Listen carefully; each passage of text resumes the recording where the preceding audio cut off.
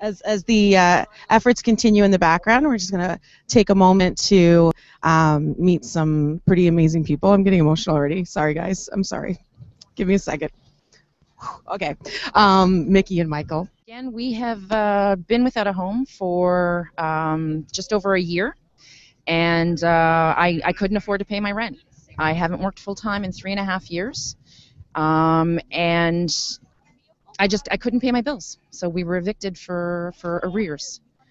And this past year, I mean, I've tried market rent. I'm on every subsidized list that there is, and they tell us it takes between 2 to 5 years.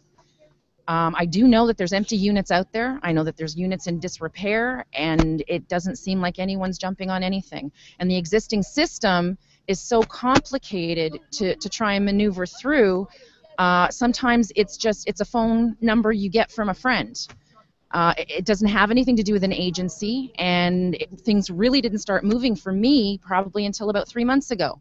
And it was a phone number I got for someone at Sistering who led me to someone else, who led me to someone else. I got a new housing worker who is amazing, and she's been really helpful, but it took so long for that to be put into place that, you know, it had already been almost a year at that point. And nothing works. The way it is now, it doesn't work. It doesn't just need to be fixed. It needs to be completely changed for people.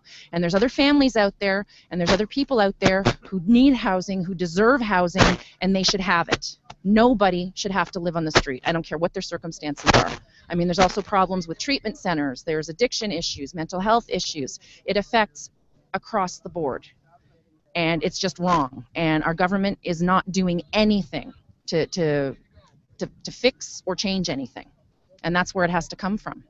You're absolutely right. And I mean, to have someone with your ability to be so eloquent about it, I mean, and to speak this way, I mean, that is such a gift. And there's so many people who don't have that ability to just get their story out. So you're speaking for... I know. That's why I'm here. Yeah, and that's really what makes me emotional, because you're giving, you know, to others in spite of the, you know, frustrating experience you're having. And to me, that's the reason that people are watching and that people are here for. But it's like you said, it's not enough, and there's so much still that we all need to do. So if there's anything call to action wise that you'd really like people to hit home with, that are watching and that will continue to share the message, like what do you want us citizens, if you will, to do to help make that difference? Well, what I would actually like to see happen is, and I mentioned this earlier, is for communities to come together and do what they can for each other.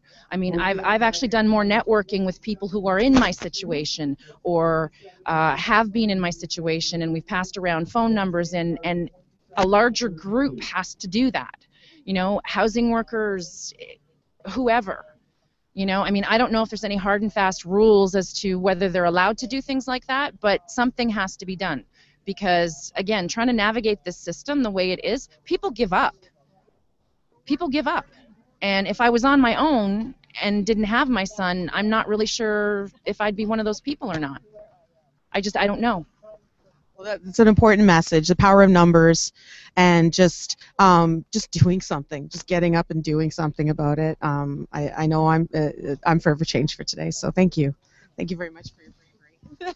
Thank you, guys. Thank you.